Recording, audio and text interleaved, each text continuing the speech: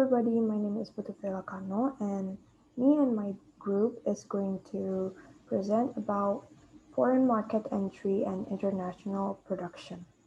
So in this chapter, we evaluate three types of foreign market entry, which are exporting, contracting, and foreign direct investment or FDI.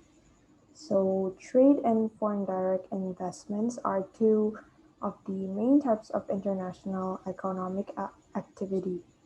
So as we see in here, trade and FDI are two generic parts of a menu of ways in which firms in one country can interact with the world's economy. So there are three broad categories of entry. There are exporting, contractual, and investments. So we begin by looking at the domestic one, which is a home country firm. So the entire sales of this firm are within its home country base. And at some point, the home country or the domestic one might have to start considering selling its output in foreign markets, right? So what do? We do this by via exporting. So for the rest of the category, I will be explaining in the next slide. So exporting. Exporting is a strategy in which a company without any marketing or production organization overseas exports a product from its home base. So the main advantage of exporting strategy is the ease in implementing the strategy, and the risks are minimal because the company simply just exports its excess production capacity when it receives the order from abroad. So when the home country can start the exporting activity by indirect mode, as we can see in the previous slide, indirect exporting. So the home country can start by indirect exporting if they have only a tiny experience with the knowledge of the international trade. So in the indirect exporting, it relies on another firm known as a sales agent or trading company to complete the export transaction. So after maybe having the experience of indirect exporting, the firm can begin to make a commitment to doing a direct exporting. So for the direct exporting, the firm undertakes the export transaction itself rather than relying on another specialized firm. So they takes on research, marketing, finance, and logistics requirements of the trade transaction. So it's possible for a firm to have a dissatisfaction with the exporting mode and begin to wish produce abroad by on its own. Next is going to be contractual. So from the case Honda in Vietnam, the firm might be motivated to perceive the need to engage in some final product finishing, service, or sales to address local demand conditions in an export market. But this lack of experience in global production might make a worry of carrying out production itself in foreign market. So this would lead to a firm to the contractual modes of foreign market entry. So there are three types of contractual foreign market entry. There are first licensing, which is a agreement that permits a foreign company to use industrial property such as trademarks or copyrights, technical skills like feasibility studies, manuals, technical advice, architectural and engineering designs, or any combination of these in the foreign market. So the pros is A good way to start in foreign operations and open the door to low-risk manufacturing relationships. And for the cons of licensing, they may restrict any future activities or reveal any information to the possible future competitors. Next is franchising.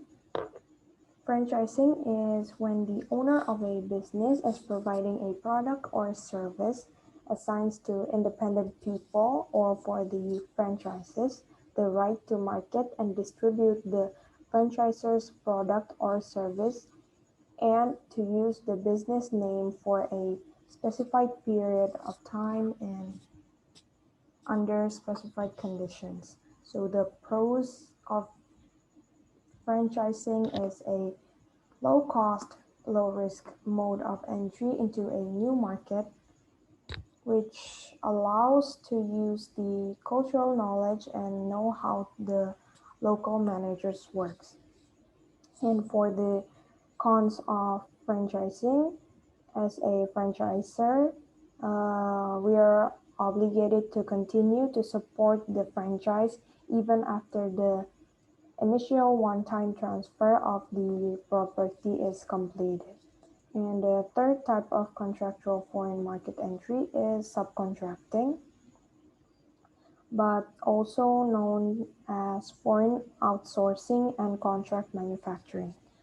When the home country firm contracts with a foreign market firm to produce a product to certain specifications, materials, processes, and quality. So the home country firm can also engage in foreign direct investments. There are three modes of FDI to consider, which are the joint venture, mergers and acquisitions, and greenfield investments. Joint venture or JV is when the home country firm establishes a separate firm in the foreign country that is jointly owned with a foreign country firm. So the advantage is it accesses to partners' local knowledge, lower concern regarding the overpayment, and for both parties, they have some performance incentives. And for the disadvantage, they have a potential loss of proprietary knowledge. There can be conflicts between the partners, and neither of the partners have the full control of the property. And for mergers and acquisitions, or M&As, the home country firms buy a part or a merger or all acquisitions of the shares of an already existing production facility in the foreign country. And for the greenfield investment is where you buy the land and build the facility and operate the business on an ongoing basis in the foreign market. This is mostly so costly and have a high risk. So the next part is going to be explained by my friend. Hello everyone, I'm Valerie and I will continue the presentation. I will explain about motivation for international production. So, there are two central motivations that have emerged from international business research. The first one is resource seeking. The home country are expected to gaining access to natural resources in a foreign country. And also there is market seeking. It is located near expected growth to better adapt the product to local needs and supply two intermediate input to another firm. So basically, in market seeking, international production might be necessary to adopt and tailor products to local need, and also there might be required to effectively deliver a product, as is the case for many financial services. Moreover, international production might be required for a firm supplying intermediate products to another firm opening up operations in a foreign country. So besides the two central motivation that I have explained before, there is also two subsidiary motivations that identified by Dunning and London. The first one is efficiency seeking. It is rationalize the established structure of international production for economies of scale and scope. And the second one, strategic asset seeking. It is part of a strategic game among global competitors in oligopolistic sectors. So, Dunning and London state that there is several possibility in a firm's strategic asset seeking. There is merging with the foreign rivals to strengthen joint capability and gaining access over distribution outlets to better promote its own products. Also, buying out a firm producing a complementary range of goods or services so it can offer its customer a more diversified range of products. Moreover, a firm joining forces with a local firm in the belief that it is in a better position to secure contracts from the host government. Moving on the next slide, I will explain about entry mode choice. So, in an economic view, a firm will choose the entry mode that will provide it with the greatest risk adjusted or expected return on the entry investment. And in the entry mode choice, there are two approach. The first one, sequential approach. It is focused on the home country firm's learning process, and the second one, firm specific asset approach. It is tangible and intangible resources that the firm owns and contribute to its competitiveness over time. So, a firm specific asset approach, it might be a patent or particular technology, or it might be a corporate product brand. It could even be some aspect of corporate culture that allows a firm to be more productive. In this slide, there is table 9.2, factors influencing choice of foreign market entry mode. As you can see in this table, there are three factors. It is degree of control, level of resource commitment, and degree of dissemination risk. So, in this table, you can see that if a firm's most important concern was degree of control, then it led the firm towards an investment mode of foreign market entry based on subsidiary obtained either through greenfield or acquisition investment. And if a firm most important concern was limiting resource commitment to low levels, then it is considered either trade or contractual modes of foreign market entry.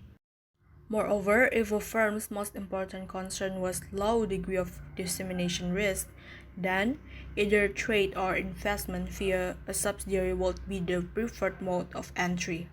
So basically, in most instances, firms have more than one primary concern.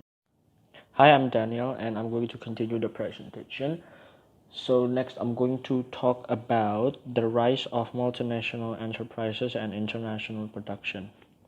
So let's talk about the history a little bit. So the first period is the 16th and the 17th century. It is in this age, it is also known as merchant capitalism. And in this age, early multinational enterprises were part and parcel of the colonization efforts of the European powers. And this included state-supported trading companies such as the first one is the British East India Company, the Dutch East India Company, and the Royal African Company. And if you see the picture on the right side, it actually resembles the Dutch East India Company. Now, the name merchant capitalism actually reflects the international activities and the trading activities in that time.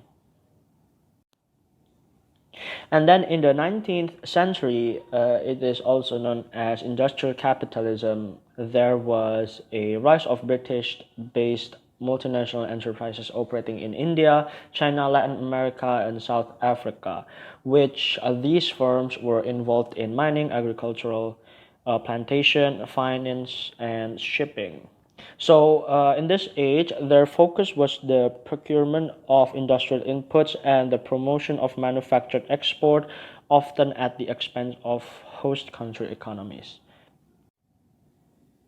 And on the 20th century, industrial production grew more capital intensive, and the role of the production line and associated economies of scale grew more important. And along with this improvement, or along with this shift, the center of innovative economic activity moved from Europe to the United States. Firm size increased, and the business success became based on the ability to coordinate growing sets of complementary activities. And along with the improvement, also the First World War happened. Now, talking about the World War, the First World War itself had a massive impact towards the multinational enterprises. And after the war, the US based multinational enterprises substantially increased their foreign direct investment in Canada, Latin America, and Europe. And the World Depression that began in 1929, also the Second World War, hurt most forms of the international economic activities, including the foreign direct investment. Now, the post-war, the recovery from the Second World War, it further strengthened the role of U.S.-based multinational enterprises in the world economy, and that pushes the creation of a new theory by Fernand in 1966. It is about the product life cycle theory.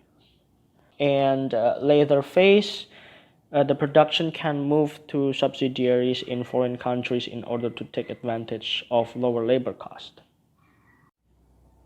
Moving on to the 1970s, where it is also known as post-Fordism or after Fordism and Toyotism.